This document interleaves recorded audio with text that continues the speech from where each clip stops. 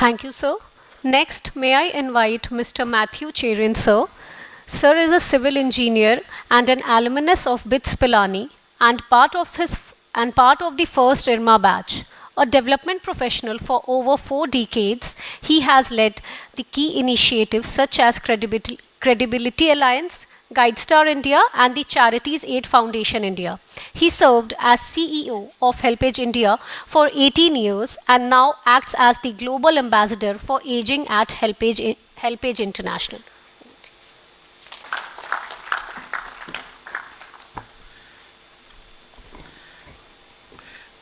Dear Dr. Bhaskar Chatterjee, Margaret Gowda, Lakshman Kumar, Kumud Kumar, Sivanand Senapati, and Dr. Rana Singh. First of all, thank you, Dr. Rana Singh, for inviting me to CIMP and Norris to facilitate the logistics of reaching here in spite of the indigo problem. So here I am. Actually, today I'm going to talk about CSR SDG alignment. And I would like to thank Bhaskar Chatterjee for introducing me to the world of CSR.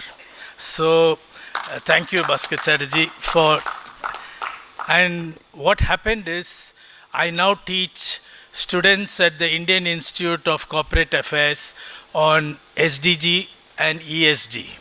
And today my presentation is on CSR SDG alignment.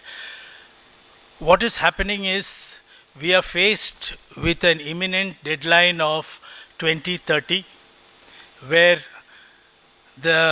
we are promised the world that there will be all the SDGs fulfilled by 2030. And the CSR SDG framework is how can we align to it. So this is a talk I give it to students at the Indian Institute of Corporate Affairs, and I see a large number of students here, and hopefully you would be able to look at it. Okay, the evolution of CSR started with philanthropy. There were big companies like the Tatas, Birlas, Mafatlal who used to do philanthropic activity. We had Lakshman Kumar telling it is not charity. Charity, philanthropy, all are in the same field. Then in the late 90s, John Elkington came with the proposal of CSR, which is basically we'll have to work towards saving the planet and saving the people, and profits should be reasonable. And this is where, and now it has moved to sustainability and human rights. So what has happened is, Mahatma Gandhi many years back said, the world has enough for everybody's need, but not for corporate greed. The corporate greed I have added because into Mahatma's words. And he also said to corporates that you are not the owner of your industries, you are only trustees of the wealth of society. So that is the reign in which Bhaskar Chatterjee and people work towards Section 135 so that at least 2% could be contributed towards charitable causes, or let us say the guidelines which is. And of course, again, I was involved with the creation of the guidelines for CSR. I was on the high-level committee of CSR which created the guidelines. So if any fault is there in the guidelines, the fault is mine. And if the credit for good thing is there, goes to Bhaskar Chatterjee. So that is how the plan is.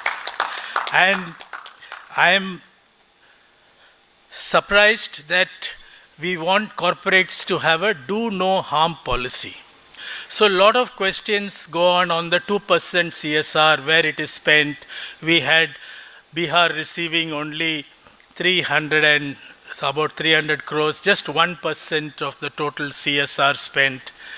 But my main question is, how can we spend the 98% of the profits created by the company? Are they being created by destroying the planet? Are they being created by selling you wrong products? Or are you getting bad governance with companies like Indigo, because the failure of Indigo is if they had done their ESG homework properly, they wouldn't have failed. Because what failed was not the airline, but the governance of the airline. So ESG is very important, and many of you students should learn about ESG because some of you will be CEOs of companies and they will have to be governed properly so that the planet is safe. Our generation has destroyed much of the planet. Hopefully it will be left in peace for students like you when you become CEOs. So my presentation focus is how can we change from good CSR to sustainability. And if you look at it, all of you are students are sustainability citizens, and you have to protect this planet in the future when you hold responsible positions. So what my main questions that you have to consider is, what are the key social and environmental issues in Bihar which you will have to consider for this CSR policy. The CSR policy is only a facilitation policy. And I was looking at the guidelines of CSR, and Muzaffarpur district, which is just across the river Gaighat and ahead, and that is received the maximum. I tried to analyze why did it receive. It received more money because R.K. Singh was the power minister and he made companies donate into Muzaffarpur. So, and REC, a company which was directly under the power minister, contributed the maximum. And what about the other districts? The other districts are all aspirational districts but received minuscule money. So one of the key considerations for the policy is, can you pressurize companies to spend in Bihar? And if you look at, I'll show you a map which I showed to the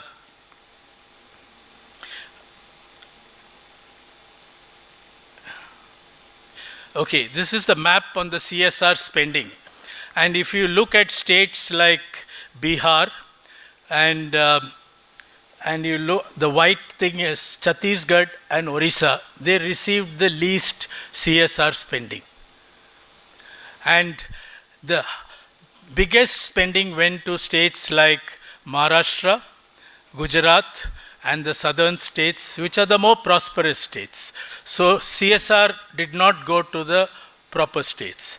And this same slide was also shown to the Ministry of Corporate Affairs, and they are also doing it. So now what is happening is they are also trying to see how we can correct.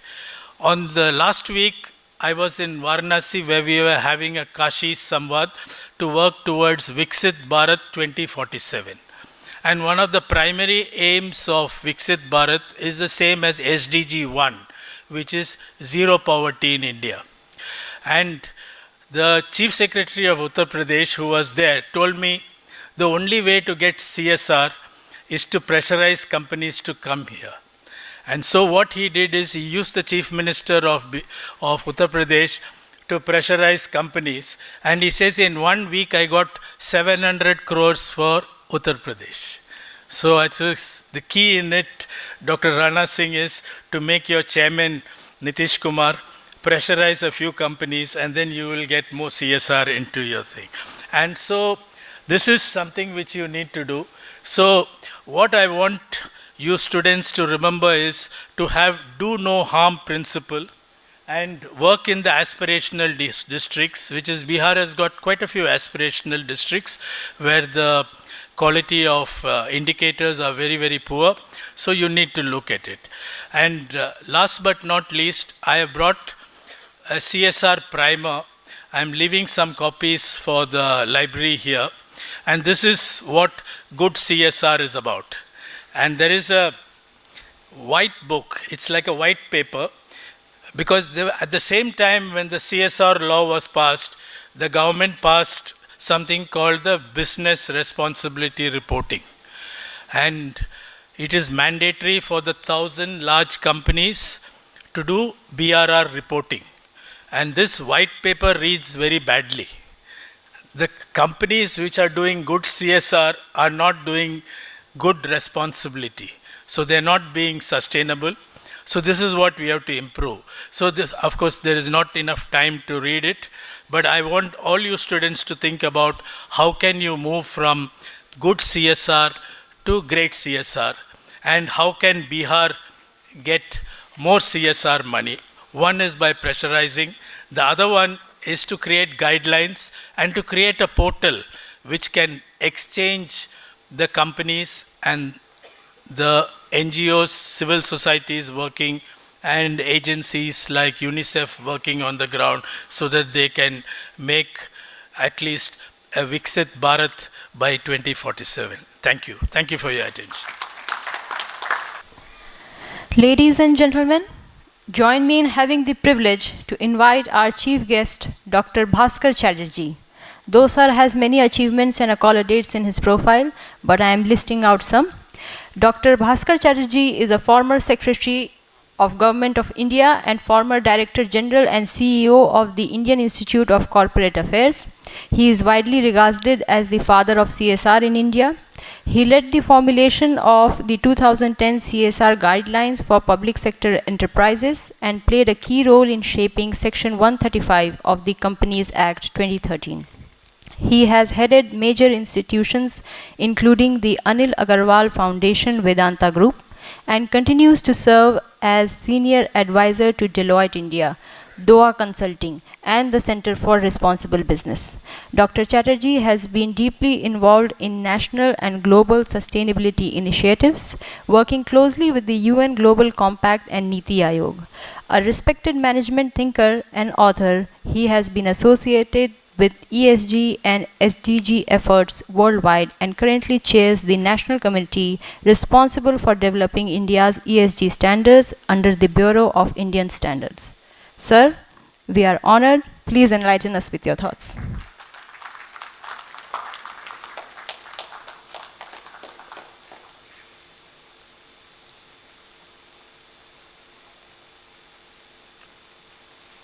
A very good morning to all of you, distinguished members on the dais, Ms. Margaret Quada from UNICEF, the Institute Director, Dr. Rana Singh, my dear friend, partner, and co-worker in the CSR space, Matthew. I shall not call you by your full name, that's how I know you. Lakshman Kumarji, DGM from NABARD, thank you for your very nice speech and the concept of cooperation that you introduced. Kumud Kumarji, CEO, and of course, Sivananda Senapati, Associate Professor. First of all, let me express my very deep gratitude to CIMP for giving me the opportunity to be here this morning and to share a few thoughts on the beloved subject of CSR, in which domain I have now worked from 2009. It's been 16 years, but it's been the most important and life-changing work that I have ever done.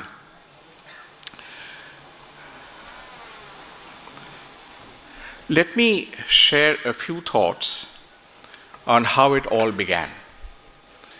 And we should know that the concept of CSR, as somebody rightly pointed out, was there in Indian companies and in foreign companies for maybe centuries, because there was always the idea of charity. But when we began to think of corporate social responsibility, we wanted to take it away from just charity or checkbook writing and to give it a strategic shape. The idea was to develop the concept of strategic CSR. And what did we mean by that? First of all, this concept of CSR is unknown in any part of the planet. There is no Elkington. There is no any big name involved here. Ours is a Bharatiya model. developed for India, by India, in India. And the idea was that how can we get corporate profits to contribute to the national development agenda.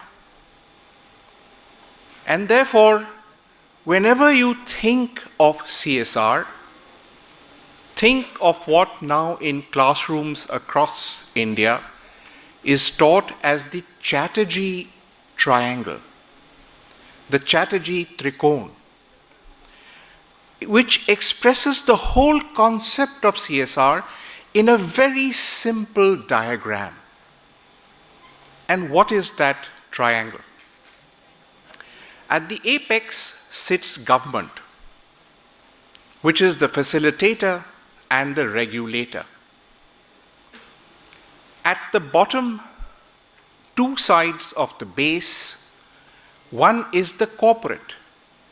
What does the corporate do? Because it is corporate social responsibility. It funds. But that doesn't stop. It also oversees. It monitors. It evaluates. It conducts social impact assessment. Because corporates want to know, where did the money go? How was it spent? Did it leave a mark? Did it bring any change or not? And therefore, to look at corporates only as fund givers would be wrong. It's much more than that. At the other end of the base, never conceptualized on earth before, are our civil society organizations, our NGOs, which work with communities, which work where our underprivileged are. The corporates at one time used to refer to them as chappal and jhole walas. Today they see that they are our partners. They are the implementing agencies. Any policy we may have, any project which we need to execute, cannot be done by corporate executives. They have to be done by people whose pulse beats with the community. And because we brought civil society into the concept of CSR, we developed a completely unique model. Ladies and gentlemen, we have 3.3 million NGOs in this country, 33 lakhs. In every nook and cranny of this vast land, you will find the civil society sector working night and day for the underprivileged. There is no nation on earth which has even 1/10 this number of NGOs, except for our one and only bordering country of Bangladesh. But we have enough NGOs to contribute to the whole concept of CSR. What were the other things that we thought of? Unheard of, unthought of, in any part of the planet. Number one, the CSR agenda must be board-driven. It is the board of the company which decides every single project and every single rupee that must be spent. Why? Because the best minds of the company sit on the board. If the board of Indigo had exercised even half its mind, we would have had the problems of governance that my friend Matthew spoke about. If it is not on the board's agenda, nothing gets done in a company. And therefore, one of the axioms of CSR is this: if it is not board approved, it is not a CSR project. The buck stops at the board.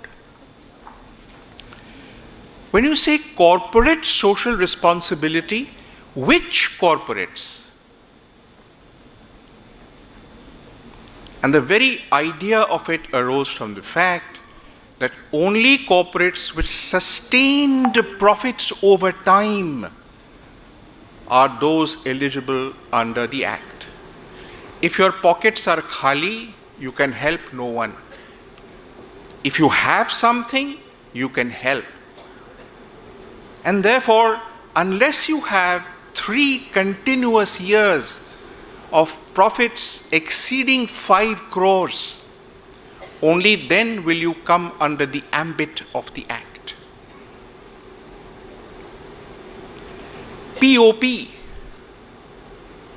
another concept unheard of, unthought of, nobody on the planet had even devised it. It is not plaster of Paris, ladies and gentlemen. This is percentage of profit. Put your money where your mouth is. Don't tell me that we have been doing CSR, we have been doing it from Bap Dada's time, it flows in our veins, it is in our DNA, hum to charity kare aa rahe hain bhai. Sorry. How much did you spend? And the moment you put a figure to any project that you undertake, the value comes out. If it is a figure, let's say is 5 rupees, what percentage of your profit is it? Because a figure is meaningless unless it is compared to something else. And therein lies the concept of transparency and accountability. Because now you have to come clean before the entire world and put all of this on your website.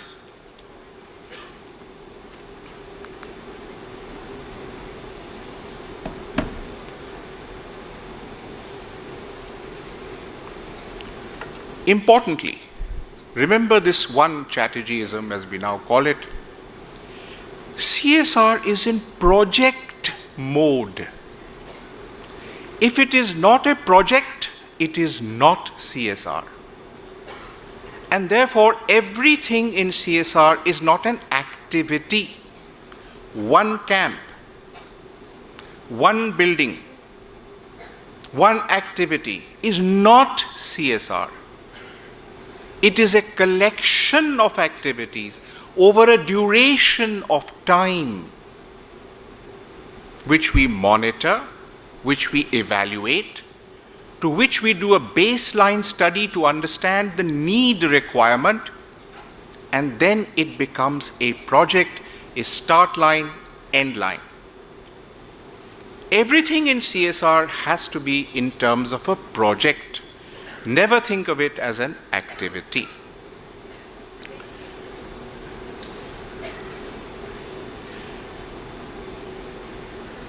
We were talking about what percentage of monies flow into states like Bihar.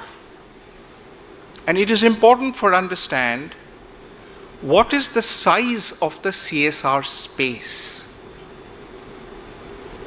How has it grown and developed? Back in the day, in 2014, when we brought the legislation, our estimate was around 8,000-9,000 companies contributing about 10,000 crores. In 2019, as Professor Rana Singh just said, we were envisioning and dreaming of 20,000 crores. 1 decade of CSR, at the end of 23-24 financial year, we were at 35,000 crores, 28,000 companies. Look at the pace, the momentum that we have generated. What is the likely estimate in 2035? 1.2 lakh crores. What is the estimate in 2040? 2 lakh crores. Ladies and gentlemen, CSR today is a pillar of our economy.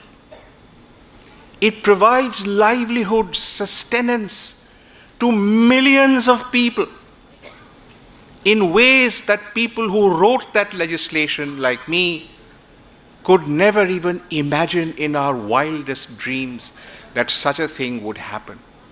It's a transformation. It's a bloodless revolution. It has changed the thinking process of boards across companies. It has changed the thinking process of politicians. It has changed the thinking process of states. All of this was never on the anvil. All of this was never on the drawing board. These are developments which have overtaken the original concept.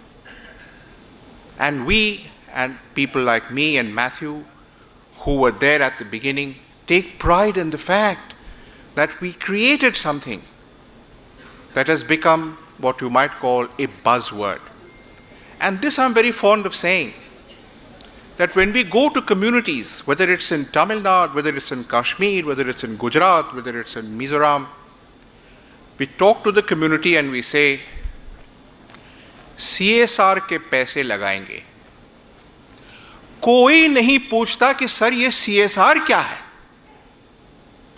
कोई नहीं पूरे भारतवर्ष में, चाहे वो जिस भी गांव से आए, कोई नहीं पूछता कि सर CSR क्या है. चाहे वो नहीं कह सकते हैं कि कारपोरेट सोशल रिस्पॉन्सिबिलिटी, ये शब्द वो उच्चारण शायद वो नहीं कर पाए, पर उनको पता है कि CSR माने CSR, कोई कंपनी हमें पैसे देंगे.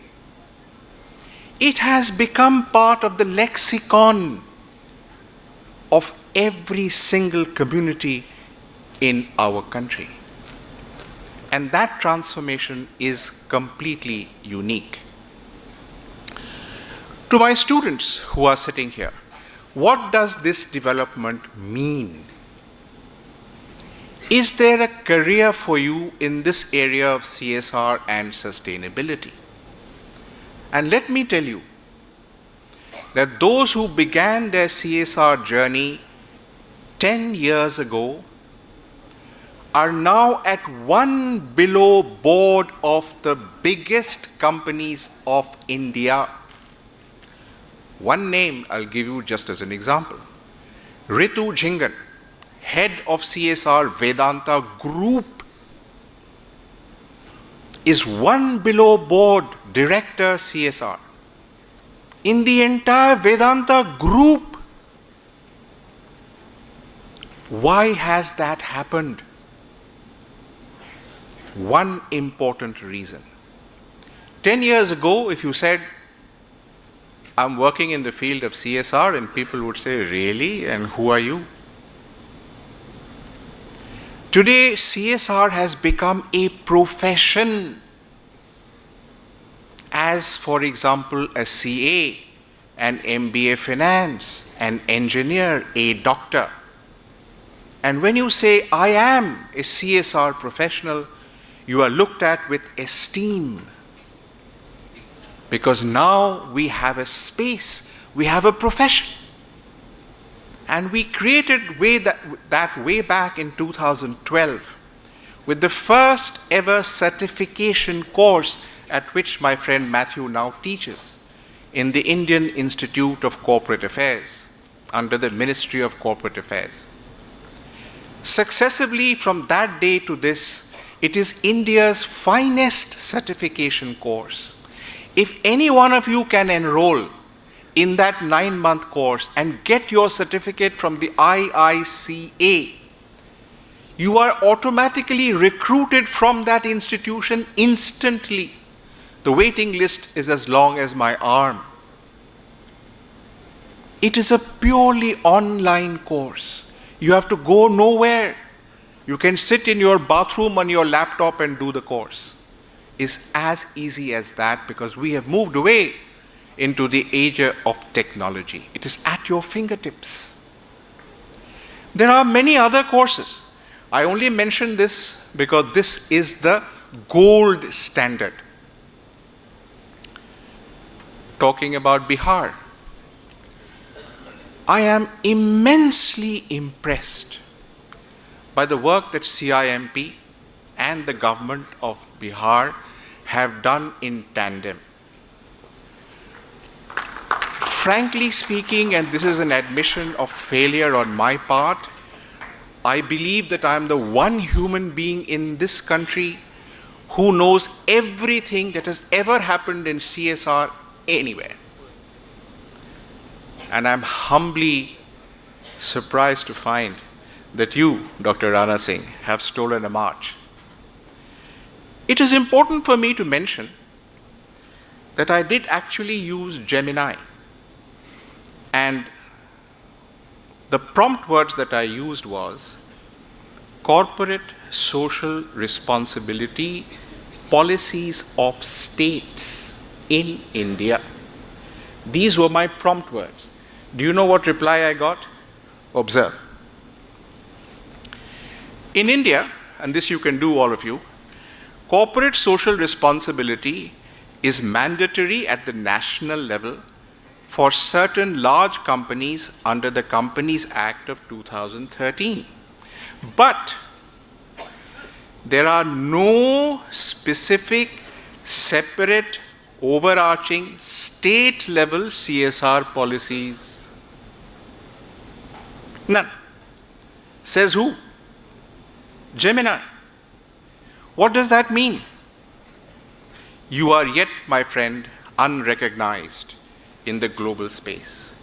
If I was sitting in Spain or in Latin America and I Googled corporate social responsibility, I would learn that India is the only nation. Do they have any state in India has a policy? Gemini says no. ChatGPT says no. Why? Because these AI tools utilize everything that's been on some presence somewhere. So this particular seminar that you are doing is so important because as we have more of these, we will gain recognition for a state like Bihar, which is embarrassed every time to find itself at the bottom of the pyramid. But in terms of CSR policy, we are at the apex of the pyramid. We are the only one.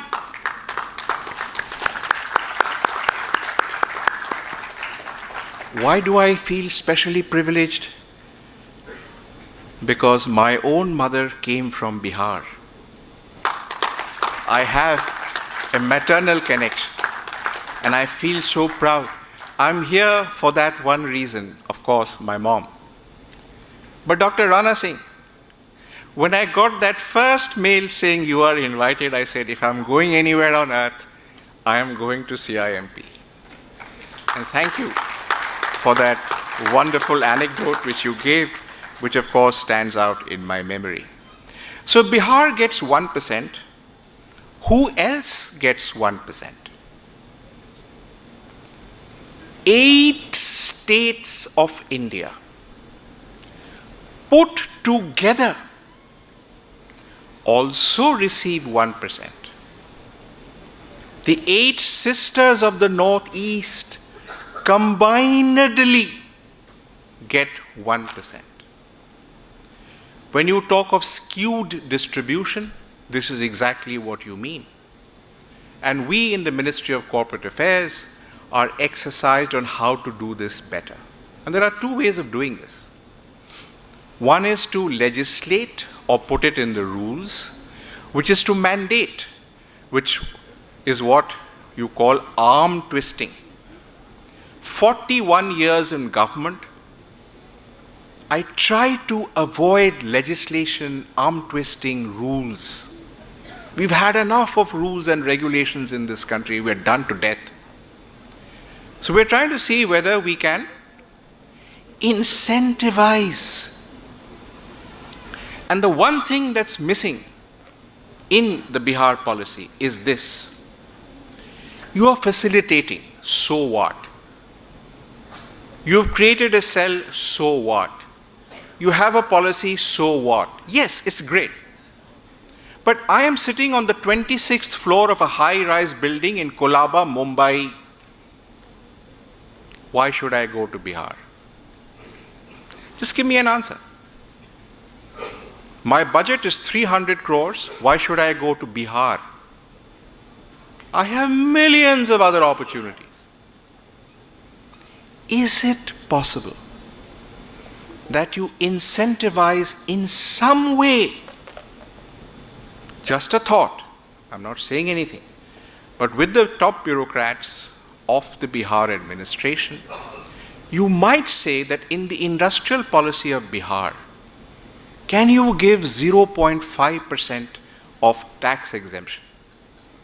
Or if new units coming into Bihar have a 5-year tax holiday, those who put in CSR, can they have a 6-year tax holiday? Anything. But you will be the path breaker. You will be the shining light. You will take CSR to another level altogether. I came here not to lecture or to pontificate. I came here to contribute.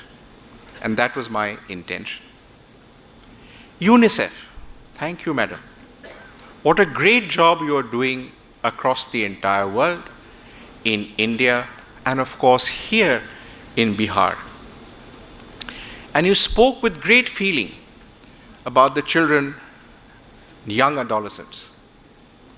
And through CSR, whether it's in education, whether it's in health, whether it's in sanitation, projects on CSR catered to children and young adults are something that are growing by the day. This sector is of enormous importance. If we get our children right, we get our development right. We get that wrong, our whole development goes off the rails. So thank you for keeping the focus clearly on the future of our nation. I will end with only this much, that this is a unique opportunity for this state. We stand now at the crossroads of getting the best companies in India to come here, to help with the development of Bihar, and to ensure that we are into the whole momentum of Viksit Bharat that stares us in the face. Thank you for giving me a patient listening.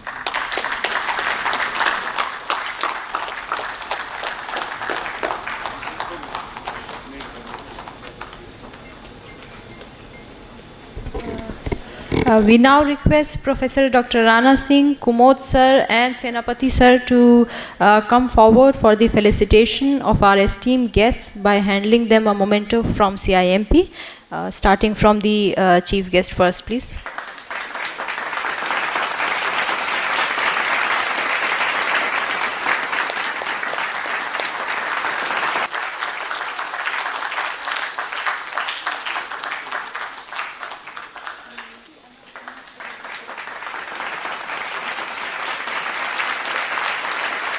Mr. Matthew Cherian.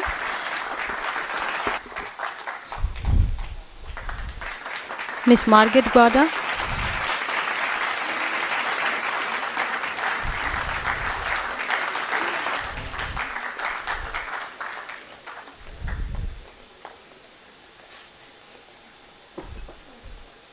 And finally, Mr. Lakshman Kumar.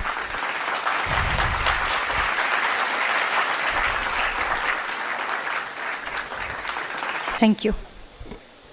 Moving on to our next segment, we will be signing an MOU with Hamari Lado. And before that, we would like to show you a short clip presented to you by Hamari Lado and Ms. Prem Lata, the founder of the organization that is already here with us. को कभी शहर की भीड़ भाड़ से दूर कहीं शांत जगह जाने का मन करता है। वैसे मुझे लगता है हम सबकी यही चाहत होती है। कहीं ना कहीं हम सब गांव की शांति और सुकून के लिए तरसते हैं। एक ऐसी जगह जहां हम खुद को और प्रकृति को फिर से पा सके। मेरे लिए ये जुड़ाव दो चीज़ों में है। सबसे पहला, वो सूर्योदय और सूर्यास्त एकदम कमाल के होते हैं। मतलब वो जो ओस वाले खेत होते हैं, उनको जैसे वो बदल देते हैं ना, वो बिल्कुल जादू जैसा लगता है। और फिर वहाँ के बच्चे, ये तो खुद में ही एक चमत्कार लिए होते हैं। ये मामूली चीज़ों से भी जादू पैदा कर देते हैं, किसी भी चीज़ को अपना खिलौना बना लेते हैं। और इनकी हंसी तो जैसे सबको खुश कर देती है। इन ग्रामीण बच्चों की क्रिएटिविटी देखकर पता चलता है कि इंसान का हौसला कितना मजबूत होता है ना? ये बच्चे इतनी आसानी से साबित करते हैं कि मुश्किल हालात में भी खूबसूरती जन्म ले सकती है। पर अफसोस, इनमें बहुत सी, खासकर लड़कियां, गरीबी, सही आदर्शों की कमी और समाज की रूढ़िवादी सोच के कारण एक बेहतर जिंदगी बनाने की प्रेरणा और आत्मविश्वास खो देती है, और उनका बचपन बहुत जल्दी उनसे छिन जाता है। हमारी लाडो का मानना है कि ग्रामीण भारत की हर लड़की, चाहे कैसी भी परिस्थिति से हो, अपनी जिंदगी की कहानी खुद लिखे। हमारा नीव कार्यक्रम ग्रामीण समुदायों में बचपन और नारीत्व के इस महत्वपूर्ण मोड़ पर 9 से 12 वर्ष की लड़कियों को सशक्त बनाता है, क्योंकि ये अपार संभावनाओं का समय है। फिर भी लड़कियां सीमित प्रथाओं और धारणाओं से बंधी हुई महसूस करती हैं, पर हमें पता है उनमें कितनी क्षमता है, और हम उनकी कहानी बदलने में उनकी मदद कर रहे हैं। हम एक ऐसी दुनिया बना रहे हैं जहां लड़कियां सार्वजनिक स्थानों पर सुरक्षित और सम्मानित महसूस करें, जहां वे स्वतंत्र रूप से और आत्मविश्वास के साथ घूम सके, और जहां उनकी उपलब्धियों की कोई सीमा ना हो। नीव के परिवर्तनकारी पाठ्यक्रम के माध्यम से, जो पंचकोश और हिम्मत का गोला पर केंद्रित है, हम लड़कियों को खुद को समझने, खुशी और उपलब्धि का अनुभव करने और उनकी भावनात्मक, मानसिक और शारीरिक शक्ति का निर्माण करने में मदद करते हैं। और नीव की सबसे बेहतरीन बात पता है क्या है? वो आखिरी 5 किलोमीटर की दौड़, जो इन बच्चियों की ताकत और हौसले का सबूत है, जो उन्होंने पिछले 10 हफ्तों में अपने अंदर पाया है। कल्पना कीजिए, पूरा गांव उन्हें उत्साहित कर रहा है, जब ये सशक्त और आत्मविश्वास से भरी लड़कियां गांव की गलियों में दौड़ रही हैं। उनकी दहाड़, लड़कियां भागे सबसे आगे, हवा में ऐसे गूंजती हैं मानो वो दुनिया को बता रही है कि वे तैयार हैं अपने सपनों को पूरा करने के लिए, और पूरे हौसले के साथ, अपने हर कदम के साथ वो नई सोच पैदा करती है और एक नई पीढ़ी को हौसला देती है। ये साबित करते हैं कि वो कुछ भी कर सकते हैं। ये सिर्फ एक दौड़ नहीं है, ये तो उनके सपनों की दौड़ है, उनकी असीम संभावनाओं का उत्सव है। तो यदि आप भी हमारी तरह लड़कियों की असीम क्षमता में विश्वास रखते हैं, तो उनकी इस प्रेरणादायक यात्रा में हमारे साथ कदम मिलाएं। अंतर्राष्ट्रीय महिला दिवस, जो कि 8 मार्च, और अंतर्राष्ट्रीय बालिका दिवस, जो कि 11 अक्टूबर पर दुनिया भर में हमारी 5K वॉक या रन में हिस्सा लें। अपना समर्थन दिखाने के लिए हमारे hashtags celebrate the girls, girls run और लड़कियां भागे सबसे आगे का उपयोग करें। तो चलिए, देर किस बात की, हम सब मिलकर ग्रामीण भारत की युवा महिलाओं की परिवर्तनकारी यात्राओं के साक्षी बने, उनका जश्न मनाएं और उनमें भाग लें और दुनिया भर में बदलाव को प्रेरित करें।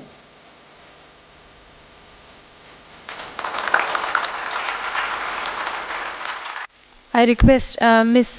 Premlata Punia, founder of Hamari Lado, to join us on the stage for the MOU signing ceremony, please.